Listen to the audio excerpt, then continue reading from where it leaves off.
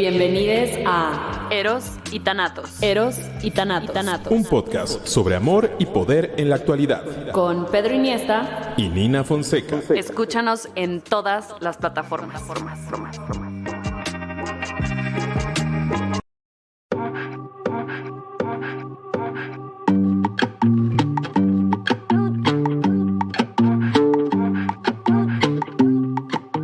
Hola, ¿cómo están?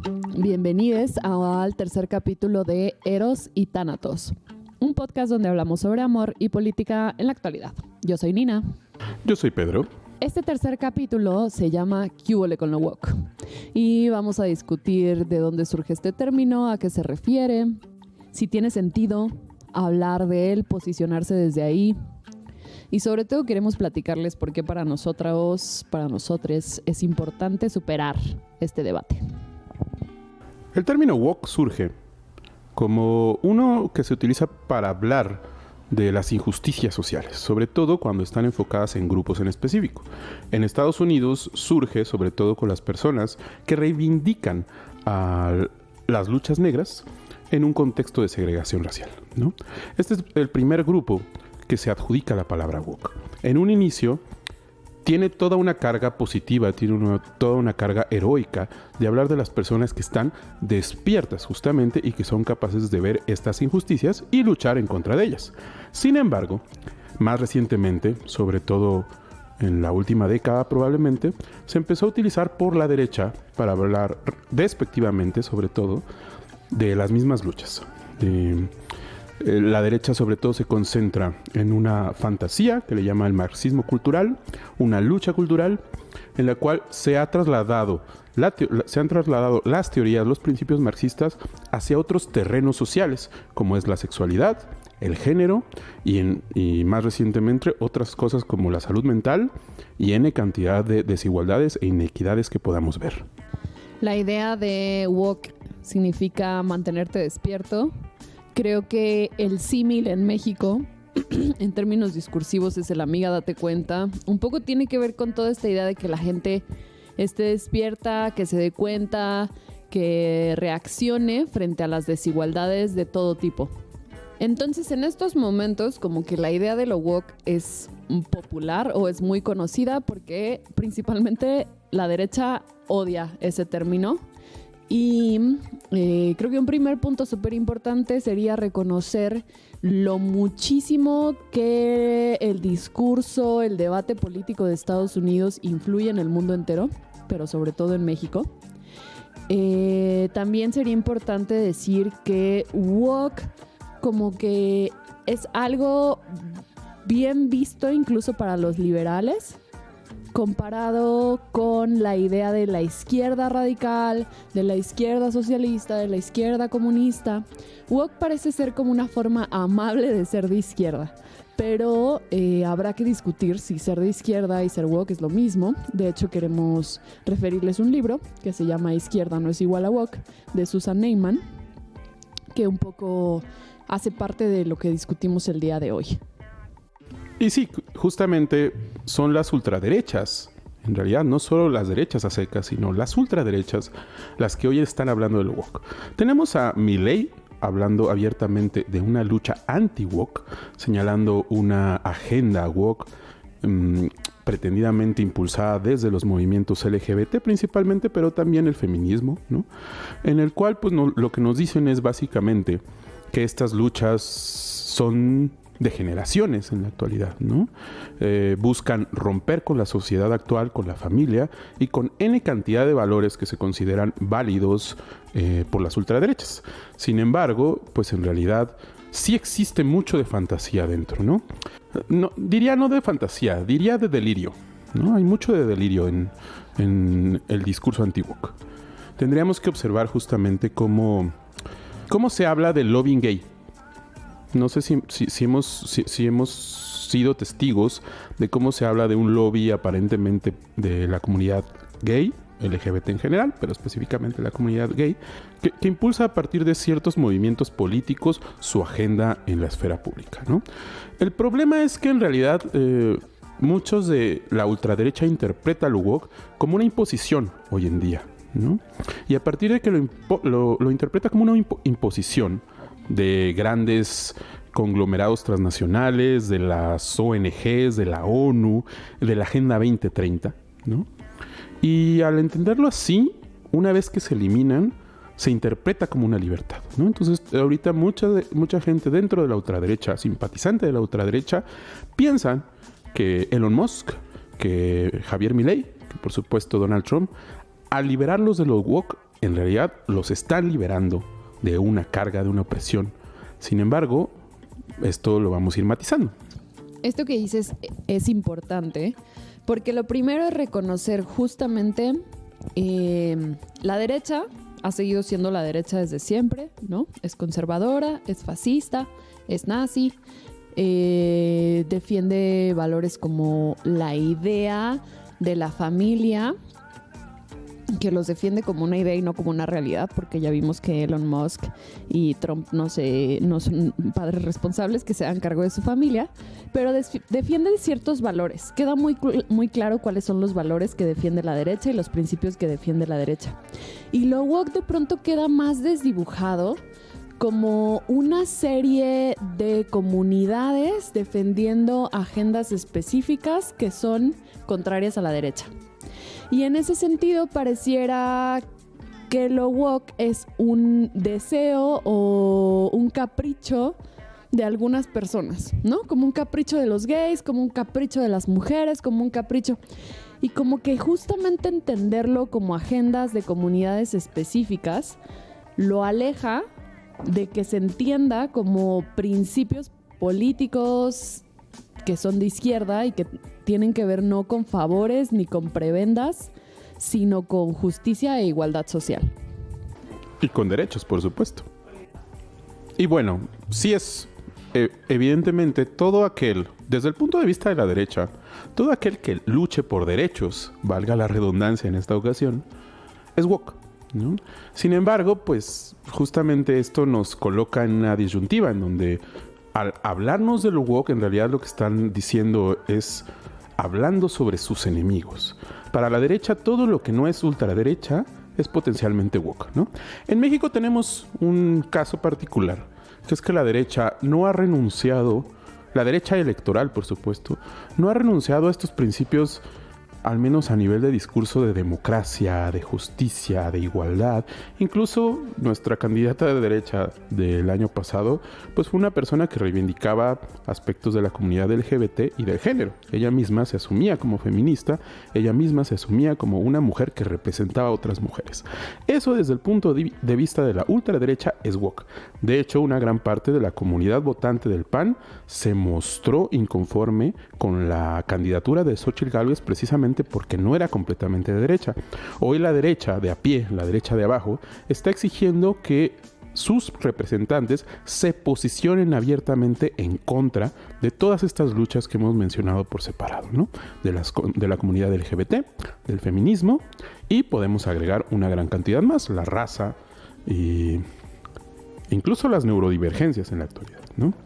Entonces, digamos, tenemos una derecha particular que es una derecha que no ha asumido la tendencia a nivel global abiertamente, por supuesto, porque en el fondo sabemos que son de ultraderecha, ¿no? Pero no lo ha asumido en discurso. Entonces, pasemos justo a hablar de si tiene sentido o no hablar de lo woke. Tiene sentido porque el tema está a debate, ¿no? O sea, el término está a debate y de hecho, de nuevo, creo que en este capítulo y en todos, así como hablamos de amor, hablamos de política, pero casi siempre hablamos con una perspectiva más política. Y en ese sentido, pues en el discurso, en el diálogo político, el tema de lo woke está. Entonces convendría regresar a esto que plantea Susan en su libro, de que izquierda no es igual a woke. Y algo que me parece súper importante es lo que ella dice es que la izquierda tiene valores y principios filosóficos que son muy claros. Yo pensé un poco en nuestra izquierda mexicana con justicia, tierra, trabajo y libertad. Que después se traduce en los derechos humanos. Como que la izquierda un poco va renunciando a estas apuestas políticas de fondo, y esa renuncia es gracias a que surge la idea de los derechos humanos, y como que los derechos humanos desdibuja el concepto de derechos humanos también implica el desdibujamiento de demandas políticas de la izquierda, que se vuelven mucho más específicas y de pronto incluso conceptualmente menos accesibles para todo el mundo. O sea, todos entendemos lo que significa justicia, libertad, trabajo. Pero entender el tema del derecho a la cultura parece como un favor, como algo que queremos de más. Y entonces con lo woke pasa esto. Parece, o sea, incluso el tema de la agenda de derechos humanos, en términos más generales, de todos los derechos para todas las personas, como que se ve superada gracias a que con lo woke pasa algo que debilita a la izquierda desde mi perspectiva, que tiene que ver con que así como que la idea de la lucha woke o la lucha, algo que pasa después de los derechos humanos y que es muy reciente, es que las luchas se vuelven muy identitarias. Y entonces hay grupos específicos con demandas específicas que no son las mismas de otros grupos con otras demandas, y entonces como que todo se empieza a dividir, y en esta división identitaria como que se pierde la idea más general y los principios filosóficos generales de que queremos todos los derechos para todas las personas, y pareciera que entonces las personas trans solo hablan de lo que tiene que ver con la comunidad trans. Las mujeres, está ahí una discusión súper fuerte, porque si las mujeres hablan de solo las mujeres cis o si son las mujeres, o sea, como que todas las luchas empiezan a tener 1,000,000 de apellidos, y como que hay luchas que no incluyen a otras luchas, y siento que esto es parte del debilitamiento de la lucha de la izquierda frente a la derecha, que se mantiene concisa, global, unida y fuerte, y ahora en un chingo de gobiernos. Claro, porque la derecha, su principio básico es el capital, es la ganancia y es el poder, ¿no? Entonces es mucho más fácil vincular a un Javier Milei que es humillado por Trump en su cara, al mismo Trump, que las distintas izquierdas que mencionas, ¿no? Ahora, yo creo que sí habría que hablar, en primer lugar, habría que reconocer que existe esta paranoia de parte de la derecha en donde absolutamente todo es woke. Hay un montón de publicaciones posteriormente a las declaraciones tanto de Elon Musk en Estados Unidos como de Javier Milei en Argentina, la cual pues dice, ¿te gusta el medio ambiente? Eres woke, ¿no? ¿Te gusta luchar por las comunidades racializadas? Eres woke. Y N cantidad de situaciones en las cuales luchas por justicia social te convierten en woke. Obviamente esto es una caricatura, pero sí nos habla de cómo hay una visión maniquea por parte de las derechas de lo que es woke. Ahora, yo quiero regresar un poquito sobre las mismas derechas, porque lo que sucede con las ultraderechas la mayoría de las veces es que retoman aspectos de la realidad, retoman aspectos que nos afectan a una gran mayoría y le dan una cara conveniente para sus discursos políticos, ¿no? Slavoj Žižek, por ejemplo, retoma el movimiento nazi, retoma, pues más que movimiento, retoma el régimen nazi como un ejemplo, y habla de cómo el nazismo recupera la presión, recupera la precarización que estaba sufriendo la comunidad alemana y la comunidad europea después de las crisis de los años 20 y 30 del siglo pasado, ¿no? Žižek lo que dice es que Hitler, en su narrativa, junto con otros, lo que hacen es ponerle cara a esos sufrimientos materiales, físicos, materiales económicos que está sufriendo la población y decir, es que tu problema se debe a los judíos y al capital global que ellos manejan, ¿no? A partir de ahí, ellos ganan la simpatía. ¿Qué sucede hoy, por ejemplo, con Donald Trump? Le está diciendo a las personas, tu problema se debe al exceso de migrantes y a la entrada del fentanilo de México hacia Estados Unidos, ¿no? En Estados Unidos se ha vivido una precarización muy fuerte en donde una gran mayoría de los que anteriormente recibían ciertos derechos por garantía, como son las comunidades blancas, hoy en día ya no es así.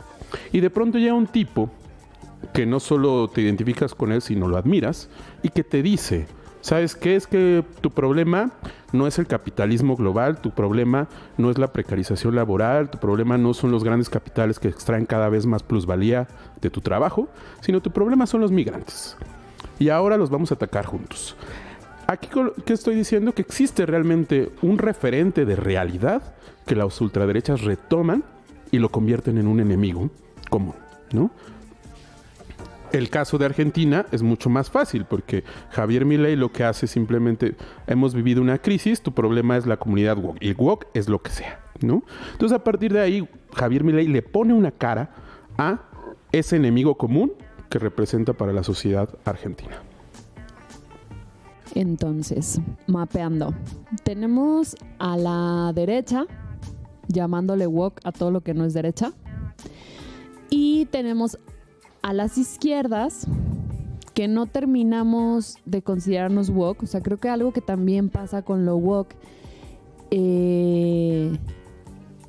o que viene aparejado es que ya si tú preguntas en la calle, yo no sé si las personas se consideran de izquierdas o no, pero seguramente sí que las personas se identificarán con ciertas luchas o no. O sea, las personas o se identifican de derecha o a políticos, que es lo mismo, o a partidistas, que es lo mismo, o toman un posicionamiento. Y ese posicionamiento, más allá de decirte que es un posicionamiento de izquierda, seguramente va a ser un posicionamiento específico, como los derechos de las mujeres, como los derechos de las poblaciones gays, como... Y ese me parece que es un punto fundamental, como la derecha tiene muy claro el enemigo, que es todo aquello que sea woke. Y quienes nos paramos del otro lado, en la izquierda, no sé qué tanta claridad tenemos de cuál es nuestro enemigo, pero más allá, o sea, porque seguramente todas las personas que defiendan una agenda de izquierda van a decir, bueno, el capital global, la riqueza, los ultrarricos, como que con eso estamos de acuerdo. Pero no sé si estamos de acuerdo con qué implica qué implicaría una agenda de izquierdas. ¿O qué implicaría una agenda, incluso si quieres llamarla woke? Que a mí no me gusta, primero porque es un término que no queda claro cuál es el trasfondo de ese término, más allá de, o sea, estar despiertos frente a qué, y sobre todo si ves el problema, cuál es la solución. Que creo que eso es fundamental. Como que lo woke se ha traducido o se ve... traducido sobre todo en el discurso político, en el debate político, como señalar a los culpables, señalar los problemas, pero luego falta el traslado a cuál es la respuesta, cuál es la solución, qué vamos a hacer frente a ello, más allá de darnos cuenta, más allá de estar despiertos, más allá de señalar lo que está pasando y de señalar cómo todo está de la verga, como que ya la agenda de acción política es muy específica y muy identitaria y muy dividida. Y ahí es donde yo encuentro el principal problema de que no regresemos a... Y es lo mismo que dice Susan un poco, de que no regresemos a principios universales, ¿no? Incluso tiene un capítulo, Susan, que se llama Universalismo contra Tribalismo, donde explica un montón cuál es el problema de poner la identidad por sobre los principios. Y creo que eso pasa con lo woke, que la identidad se pone por arriba de los principios y enemista un chingo, que es lo mismo que pasa con el avance de las derechas que decíamos en el primer capítulo. Se generan unos distanciamientos que llevan solamente a señalamientos más que a una acción política conjunta, organizada, etc.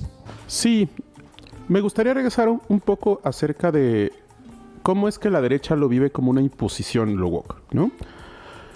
Me parece que no es casual y que no es completamente delirante. Sí, la política de la ultraderecha es delirante, pero retoma cosas realmente existentes. Entonces, ¿por qué una gran cantidad de personas están asumiendo lo woke como una imposición de algo más grande que ellos? Y la respuesta, por mucho que no nos guste, es porque lo ha sido. Sí se ha impuesto una narrativa, una agenda woke en muchos momentos desde muchos espacios. Voy a poner un ejemplo muy simple. La última vez que yo voy al cine, de hecho fue a la Cineteca, llevo mucho tiempo cuestionando el por qué la Cineteca solo proyecta películas de grupos marginados, ¿no? Grupos marginados históricamente como gays, negros, migrantes, y parece que entre más cualidades para marginarse se tenga, más Óscares se va a recibir, ¿no? Entonces, si tú hablas de una mujer transexual indígena, musulmana, en medio de Nueva York, que está siendo explotada por un empleador, puta, es el éxito asegurado, ¿no? Y cuando yo voy al cine y veo los títulos, la última vez vi que estaba Cónclave, Flow, Queer, La Cocina, ¿no? Y no me acuerdo qué otra película. De las 5 películas que estaban más o menos en el mismo horario, 3 hablaban abiertamente de grupos marginales. Las otras 2 eran Flow y Cónclave. Yo decido ver Cónclave porque dije, yo estoy muy harto de este tipo de películas. No todo es sufrimiento, no todo es vamos a representar a esta persona que está sufriendo ante las inclemencias del mundo, ¿no? Y resulta que, no les voy a spoilear, pero al final sí habla de un grupo históricamente marginado, queer. Digo, Cónclave. Cónclave sí habla al final de un grupo históricamente marginado, ¿no? Eso tiene un sentido y no es nada más que la gente del arte es más sensible y es más woke respecto a las injusticias del mundo, sino que existieron programas específicos de estudios culturales y otras tantas cosas en las escuelas de cine y de arte que al final fomentan que estas personas solo hablen de eso. De hecho, cuando me estuve quejando en redes sociales sobre este tema, una chica me dijo, güey, es que yo he ido a presentaciones de películas en donde directamente el público le reclama a los directores por no hablar de las personas históricamente marginadas. Eso, aquí en China, es una imposición, aunque no venga necesariamente del capital global. Ahora, también existe una gran imposición histórica por parte de las autoridades y del Deep State norteamericano que se dice. No es casual que entre los años 80 y los años 90 haya tenido tanto renombre las luchas identitarias. Abiertamente, la CIA y otras agencias norteamericanas buscaron contrarrestar la ideología comunista con todas estas luchas. Había programas en específico para apoyar a intelectuales de izquierda no comunista. Cuando tú ya planteas eso, ya no es casual que hoy sea tan exitoso la lucha woke. El problema es que los mismos norteamericanos regresan y te hablan de una conspiración global de lo woke, ¿no? Entonces, primero, el Deep State generó una conspiración real para que se hablara de lo que hoy podríamos considerar woke, las luchas identitarias, y después te lo denuncia como si fuera una imposición externa al Deep State, externa al sistema, y te lo vende como libertad. Eso es peligrosísimo y nos la estamos comiendo toda.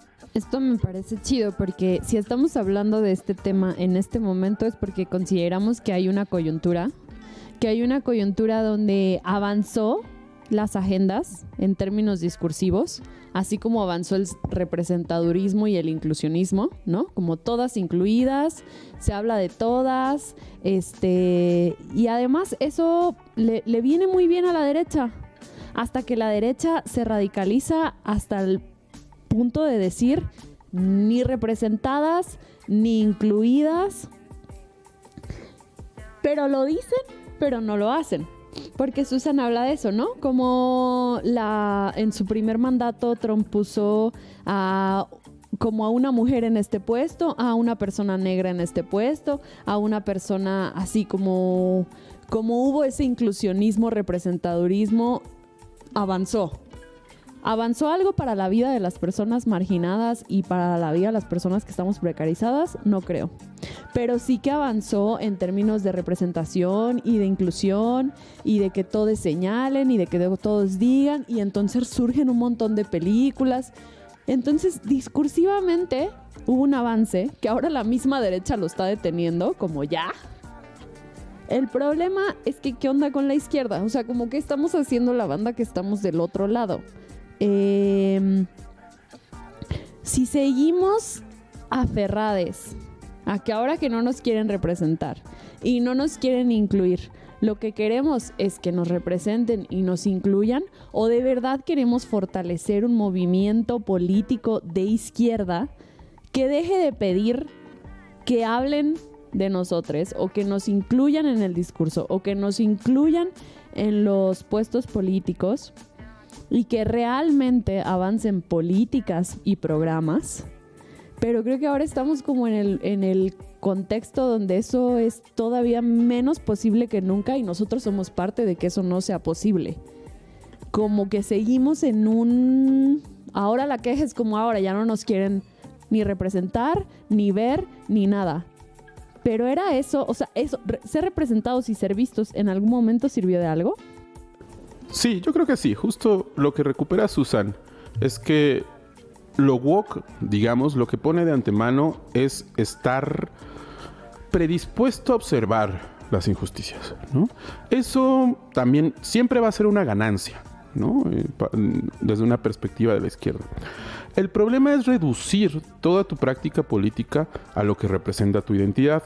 Nosotros no somos solo, en mi caso, no soy solo hombre, no soy solo heterosexual, no solo soy una persona que le gusta la ciencia política y la sociología, sino soy todo eso todo el tiempo. Y también soy trabajador, y también soy hijo, y también soy amigo. Todas estas son mis identidades. De pronto lo woke lo que hace es tomar 2 o 3 de estas identidades, lo racial, lo de género y lo sexoafectivo, de orientación sexual, y te lo retoma como si fuera todo tuyo, ¿no? Y ahí eso ya es el problema, porque justamente recupera todas las nociones, todas las identidades que han sufrido traumas colectivos y las usa precisamente para identificar a las personas. A partir de ahí, de que tú te identificas con esa identidad que ha sufrido trauma exclusivamente, vas a tender al victimismo. Y eso es lo que está ocurriendo ahora, ¿no? Esta Susan habla de justamente el sionismo. No lo dice abiertamente, pero para mí lo que dice es que el sionismo es la primera lucha identitaria, ¿no? El sionismo es la primera lucha identitaria. ¿Por qué? Porque recupera una identidad que sufrió un trauma muy fuerte en el pasado y la reivindica. Y a partir de ahí dice, tú tienes derecho a tu mundo soñado, tú tienes derecho a tu tierra prometida, a Israel. Esa fue la primera política identitaria. ¿Qué es lo que está sucediendo hoy con los israelíes y con los sionistas? Una cantidad exorbitante de victimismo que simplemente ya no podemos tolerar. Es victimismo, y esa sería la tendencia de todos los movimientos identitarios si es que tuvieran esa cantidad de dinero y poder. A partir de ahí hay que pensarlo. Sí, total. Creo que ese es el gran aporte que hace Susan con el libro, ¿no? Como la identidad, aunque importante, no es la única causal de quién eres, no es garantía de lo que piensas y no es obligatoriedad. O sea, en estos momentos parece que tener un posicionamiento identitario es obligatorio. Y generalmente cualquier posicionamiento identitario te va a contraponer con otros posicionamientos identitarios. Y entonces la atomización de la lucha sigue muy presente y muy fuerte. No sé si lo dijimos en otro capítulo, siento que esa sensación tengo, pero tal vez fue más bien en una conversación que tuvimos, como de lo importante que fue en su momento de reconocer la diversidad de las identidades, la especificidad de cada identidad, la especificidad de los problemas que cada grupo social enfrenta. O sea, no es que eso no sea importante o no es que eso no exista, pero ponerse la playera de una identidad y ser víctima, ¿qué tan lejos nos va a llevar? ¿O qué tanto nos diferencia de la derecha? Sobre todo en un momento donde la derecha está soltando eso para fortalecerse de una manera como más desde la alianza, más desde la globalidad, más desde principios más universalistas. Y probablemente eso deberíamos hacer desde la izquierda. O sea, bien las playeras identitarias, ok, quédatela. Hay especificidades en cada lucha, en cada vida y en cada persona, y eso hace una mirada distinta y una reacción distinta frente a los problemas, sí. Pero, y esto, qué fuerte lo que voy a decir, pero que seas un hombre o que seas una persona trans o no, o que seas cualquier especificidad es importante, pero no sé si es tan importante como lucha, trabajo, libertad. O sea, ¿sabes? Como cosas muy básicas que en este momento de verdad hay una precarización gravísima. Y si seguimos con la playera puesta frente a todo, no sé qué vamos a conseguir. Y de nuevo no es casual. Esta división entre las izquierdas fue también parte del programa que menciono, ¿no? Cuando la CIA, la USAID luchan en contra del comunismo, tratan de influir entre lo que ellos llaman izquierdistas no comunistas, ¿no? La izquierda no comunista. Es decir, personas que ya no reivindican necesariamente el marxismo o el socialismo o el leninismo y empiezan a reivindicar otras luchas mucho más vinculadas con la libertad, la democracia, el individuo, ¿no? Y de hecho se sabe pues que la CIA en algún momento incluso habló muy bien de Foucault, porque era precisamente un intelectual de izquierda que era atractivo, además, para las personas y que al final podría representar un freno para la izquierda socialista en función de su desilusión frente al bloque socialista. Y esto sucedió con N cantidad de intelectuales que habían renunciado al socialismo como objetivo. La CIA y otras agencias norteamericanas pues literalmente los reclutaron a través de programas, a través de publicaciones, a través de N cantidad de cosas, de recursos que invirtieron, ¿no? La CIA incluso sabía que los intelectuales de izquierda que ya no eran comunistas, eran más atractivos que los intelectuales de derecha. Es decir, tenías a gente de ultraderecha, gente que venía inclusive del movimiento nazi, gente que había sido reclutada por el Deep State norteamericano, apelando a estos intelectuales no comunistas con la finalidad de parar, de frenar el comunismo como ideología. Lo que hoy vivimos, aunque no sea necesariamente una lucha en contra del comunismo, es una herencia de esto. Y vaya, no es gratuito que ellos nos estén llamando comunistas a todo el mundo. Todos somos comunistas, todos somos LGBT, todos somos todo eso para estas derechas, ¿no?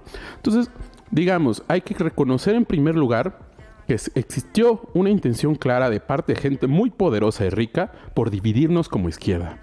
Que hoy lo estemos haciendo, que hoy estemos divididos, es un logro de ellos. Sí, total. Y creo que ya con esto podríamos pasar justo a la tercera parte de que les decía de por qué queremos superar este debate, y creo que de alguna manera lo hemos venido hablando en todos los programas, como de la importancia de que la lucha, y ahorita que la USAID, bueno, ahí por ahí me comentaron que la USAID está reviviendo. Y vete tú a saber cómo lo que está diciendo Trump es más un discurso que acciones, ¿no? O sea, como que también habrá que ver.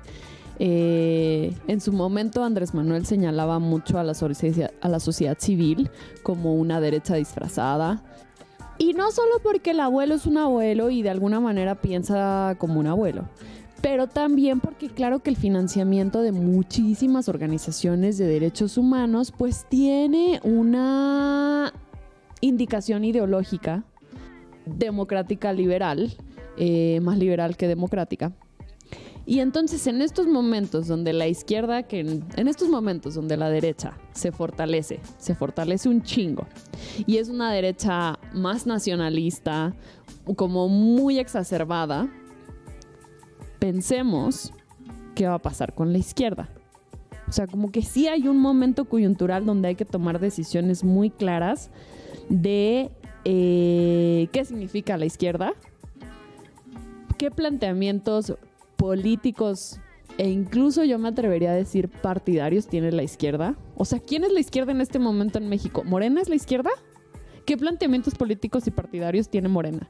¿Movimiento Ciudadano es la izquierda? ¿Qué planteamiento? O sea, como que sí hay un momento ahorita donde nos tenemos que plantear, más allá de los señalamientos, más allá de ciertos derechos que seguimos exigiendo y que tenemos que seguir exigiendo, claro, como cuál es el movimiento político y la apuesta política de la izquierda y quién es la izquierda y cómo funciona la izquierda y cómo somos de izquierda, cómo no somos de izquierda o qué onda. Yo creo que es necesario superar este debate. Voy a poner un ejemplo que me parece muy esclarecedor, pero al mismo tiempo muy controversial, que es la lucha que existe entre las llamadas trans incluyentes y las llamadas TERFs, ¿no? Son dos facciones del feminismo que mutuamente se dicen que no son feministas. Yo, como estoy desde afuera, las veo a las dos feministas, en donde de pronto aquella persona que no reconoce el derecho a la identidad de género es asociada automáticamente con la derecha por parte de las transincluyentes. Curiosamente pasa lo mismo al revés, ¿no? Las TERFs, las entre comillas TERFs, porque no me gusta el término, también observan como herramientas de la derecha a los movimientos transincluyentes. Yo ahí lo que pienso es que en realidad lo que sucede ahí es que cada uno de los dos grupos observa al otro como inaceptable en función de que no acepta una sola de las identidades que se discuten. Y ese es el problema. Las mujeres transincluyentes, que no necesariamente son TERFs, sino simplemente son transincluyentes, son, digamos, cisgénero y transincluyentes a la vez. Estas mujeres no solamente son transincluyentes, son un montón de cosas siendo mujeres, ¿no? Y a lo cual podemos apelar. Lo mismo al revés, ¿no? Y voy a poner el ejemplo del pasado, no tan pasado, de un debate, una discusión, un conflicto que existió, una tensión más bien, entre las feministas lesbianas y las feministas heterosexuales en los años 90, en los años 80, en donde las feministas heterosexuales empezaban a recriminar a las lesbofeministas porque a partir de que ellas se pronunciaron, se hicieron visibles, el mundo empezó a asociar a todas las feministas con lesbianas. Todas las feministas no lesbianas hicieron un distanciamiento simbólico frente a las feministas lesbianas y a las que eran lesboincluyentes, por así decirlo, ¿no? Eso aún así funcionó para que siguieran haciendo política durante tantos años. Hoy simplemente la relación entre las TERFs y las transincluyentes es nula. Es una tensión, es un conflicto permanente.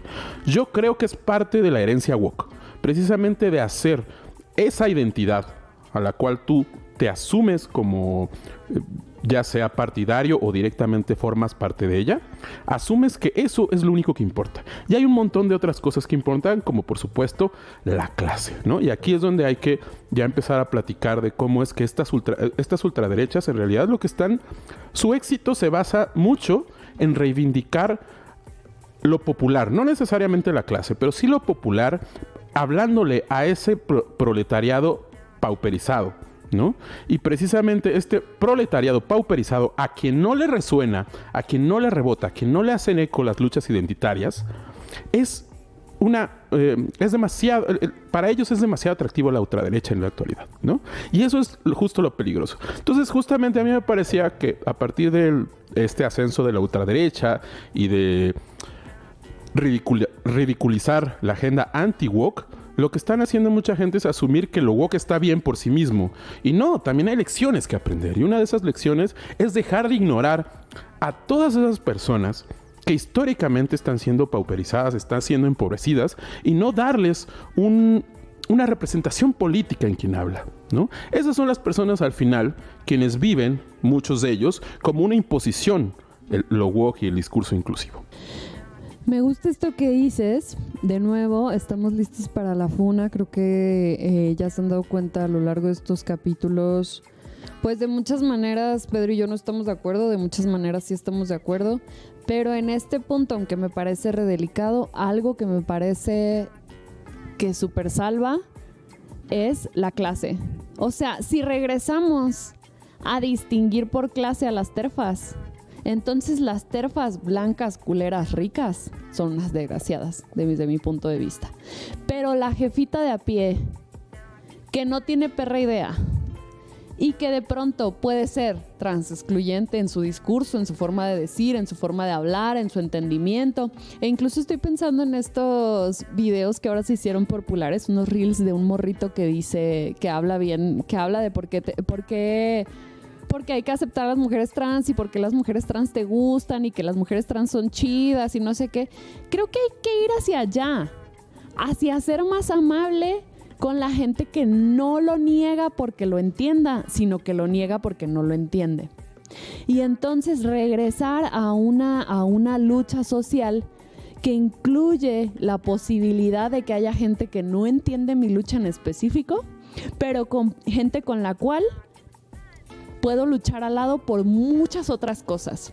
Y eso para mí no significa amistarnos con las TERF. Significa amistarnos con los principios y las bases de la lucha política de la izquierda y de las mayorías y contra los ricos y contra el capital global y contra un chingo de cosas. Y de ahí podemos sacar un chingo de terfas blancas culeras, sin un problema. Déjame decirte que yo no conozco terfa rica. O sea, a lo mejor en los medios digitales y en los tweets y eso, ahí hay muchas, ¿no? Pero ya la gente a la que han señalado como terfas, para mí son proletarias, güey. Esta invención del feminismo blanco, de que el feminismo que no es transincluyente es blanco, que es burgués, yo creo que es una falacia, la verdad. Es una postura política, ¿no? Que busca precisamente, pues, menospreciar las posturas de las mujeres no transincluyentes. Nuevamente, yo me considero una persona transincluyente, vamos, pero de pronto tampoco tengo que hablar exclusivamente con personas transincluyentes, ¿no? Justo esto que mencionas, yo acabo de ver cuando murió Paquita, la del barrio, un tuit que se replicó mucho donde decía: no se les olvide que Paquita, la del barrio, era homófoba, ¿no? Y de pronto planteas una situación bien común como algo aparentemente atípico y que debemos contrarrestar, ¿no? Y alguien le contestó, y que me gustó mucho: güey, mi abuelita pensaba igual y yo comía con ella todos los fines de semana, ¿no? O sea, si nosotros somos objetivos y pensamos realmente en cuántas personas asumen nuestros valores y nuestras luchas como propias, son la minoría. ¿Realmente estamos dispuestos a convivir con la gran minoría? Es una pregunta, ¿no? Yo creo que no. Y de hecho yo creo que la gran mayoría de nosotros no somos igual de contestatarios con todas las personas que consideramos discriminadoras. Algunas justamente seremos más empáticas, como nuestras abuelas, nuestros abuelos, y como a lo mejor la señora de la tiendita de la esquina, y a lo mejor con otras no, como unas personas que tienen abiertamente una agenda terfa en este sentido de ir en contra de ser transincluyente, ¿no? Entonces creo que más bien sí tenemos que trascender esa lucha identitaria como el único horizonte de acción política, esa denuncia que también es otra cosa. Lo woke yo lo identificaría mucho con aquellos movimientos que han limitado toda su actividad política a denunciar cosas. Ya no hacen otra cosa, ya no construyen, ya no platican, ya no discutimos, simplemente se denuncian momentos o situaciones específicas que nos parecen injustas. Eso me parece que es muy limitado desde un punto de vista político y de izquierda. Sí, para terminar el capítulo de hoy, a mí también me gustaría decir que justo cómo transitamos este debate, cómo superamos este debate, pues rompiendo con el señalamiento de tú estás mal, yo estoy bien, tú estás mal, yo estoy bien, tú afuera, yo adentro, tú te vas, yo no te quiero, tú no eres parte de mi lucha, tú eres de otra lucha, tú no sé qué, no sé qué. Y bueno, llevo mucho tiempo hablando con mis compañeras activistas, sobre todo las más cercanas y con quienes confío más y con quienes nos conocemos pues los corazones más allá de que las redes sociales, de lo importante de superar el debate de enemistad y de la cancelación y de tú no, yo sí, y transitar a cuáles son las demandas de base que nos pueden sumar y cómo hacemos que sean asequibles esas, o sea, cómo las posicionamos en una mesa, cómo las posicionamos en la calle, cómo las posicionamos en nuestras conversaciones, cómo las posicionamos en nuestras vidas, en nuestras comunidades. Y creo que hacia allá habría que ir, hacia pensar en de verdad construir comunidades más anchas, más grandes, más fuertes en las izquierdas.